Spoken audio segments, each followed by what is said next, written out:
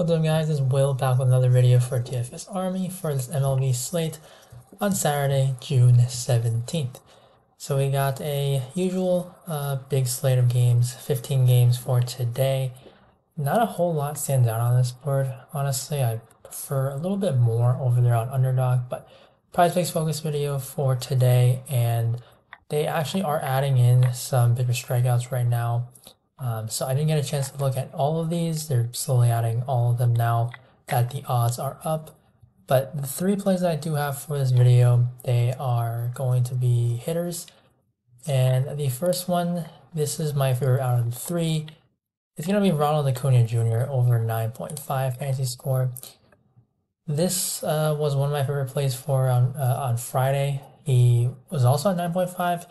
He ended up in the first inning, he walked, stole a base, scored. So he got 9 in the first inning and then somehow got 0 for the rest of the game. He struck out twice. One was a questionable call, looked borderline, umpire called it a strike, and then he was up first and third, no outs, and he just got into a double play. So no RBI for that situation, and he just didn't get that just one extra point. So it was a tough hook, but for the odds for today, they're pretty much the same, and so I'm going to like this play again. And the odds currently for Acuna, the ones that I really look for, you guys have been watching how I do these breakdowns, hits, runs, and RBIs, it's always a category that I will go to, and over 2.5 is minus 135. You rarely will see someone at a 2.5 line with the juice on the over this much. Unless it's cores, like Tatis was near like 3.5 with the under favored.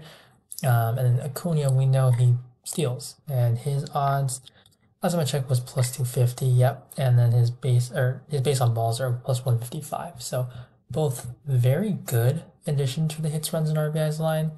And the reasoning for why the walks and stolen base odds are a little bit lower than today, it's because Siebel doesn't walk as many guys as Dinelson, Lamet, and then the stolen base odds, they had Jorge Alfaro catching on Friday, and they gave Elias Diaz the day off, and I would expect Diaz to be back behind the plate for this one. Diaz is a much better catcher at stopping stolen bases, but Acuna is not going to care. He's just going to take off every time. He's one of the stolen base leaders. He's up there in the leaderboard, so very good chance of him getting on and stealing. So gonna like this over 9.5, and then as for just another thing in the favor here, that odds actually just changed. It's now minus 140 for over 5.5. So they probably are going to be the highest total team on the slate for today. And this is just a ridiculous line. Like, this game isn't even in cores, and it's almost at a 6. I don't think it's gonna hit a 6.5 run line, but this is just phenomenal. And Acuna, leadoff hitter for this team. It's just a great situation for him. In terms of the matchup, Siebold, for right-handed batters, he's throwing pretty much only fastball and slider. And Acuna, one of the top players in the league, so a whole lot of red on his Savant page here.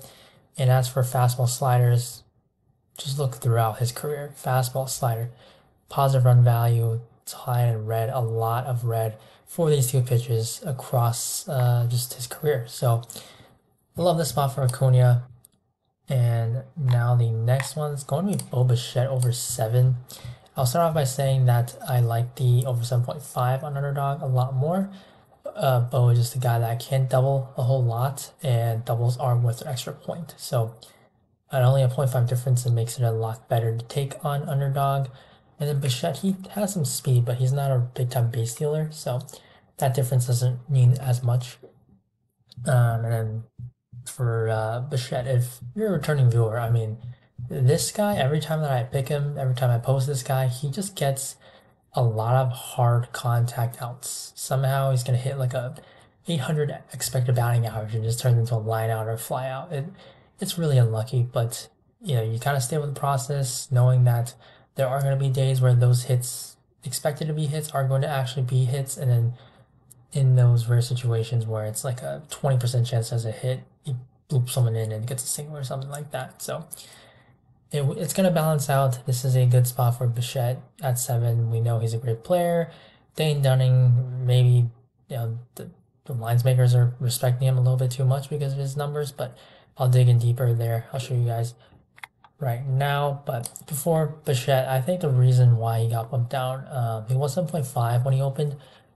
It's just the box score watchers. It's always the case for Prizepicks. They show you the last 5, averaging 4.6, but when I say that he's been getting really unlucky, you can take a look at all of his numbers, right? Pretty much every game, he's just hitting the ball, hard contact, 100 plus exit velocity, and somehow they're just not turning into hits. So that's going to turn around for Bichette. And this is a matchup. Now taking a look at Dane Dunning.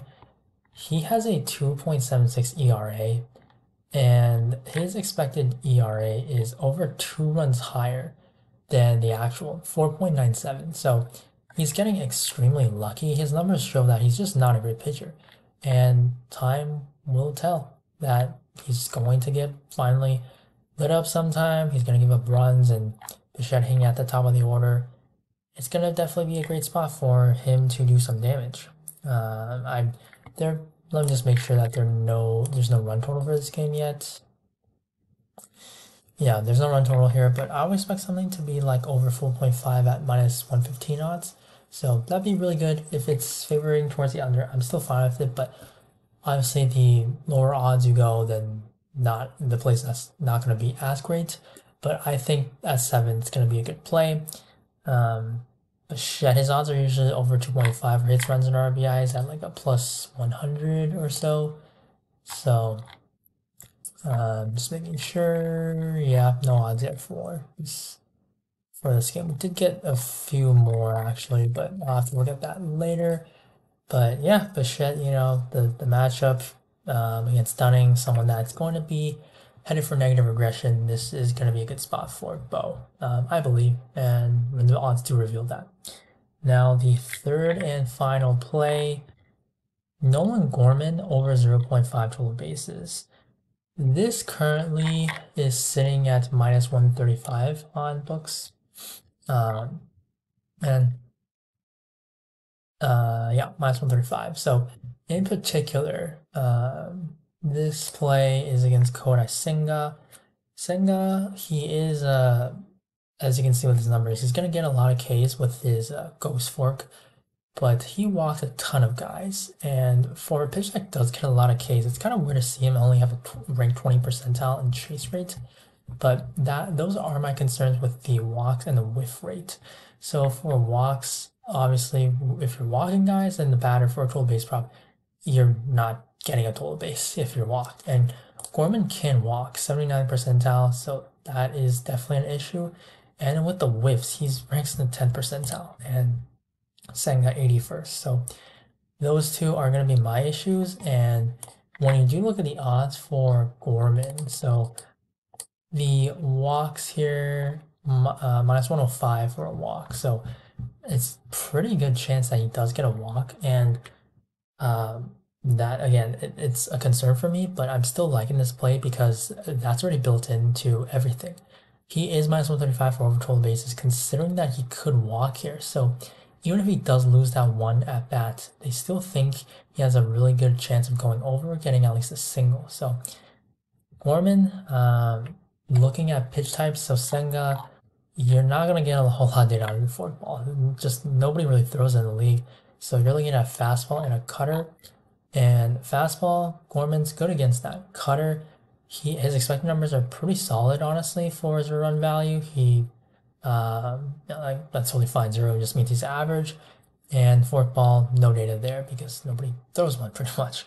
And then he does have some pinch hit risk, but I would say in this situation it's kind of near 0, honestly, because if you look at the lineup, he hits third and he's sandwiched in between Goldschmidt and Arenado. And then there's Contreras who's back, so righties around him, which is going to reduce the chances of him getting pinch hit because there's no way you can bring in a lefty when there's just all these righties that do mash left-handed pitching around him. And then for the rain, I did check, it should be totally fine. So that's not going to be an issue, I would think.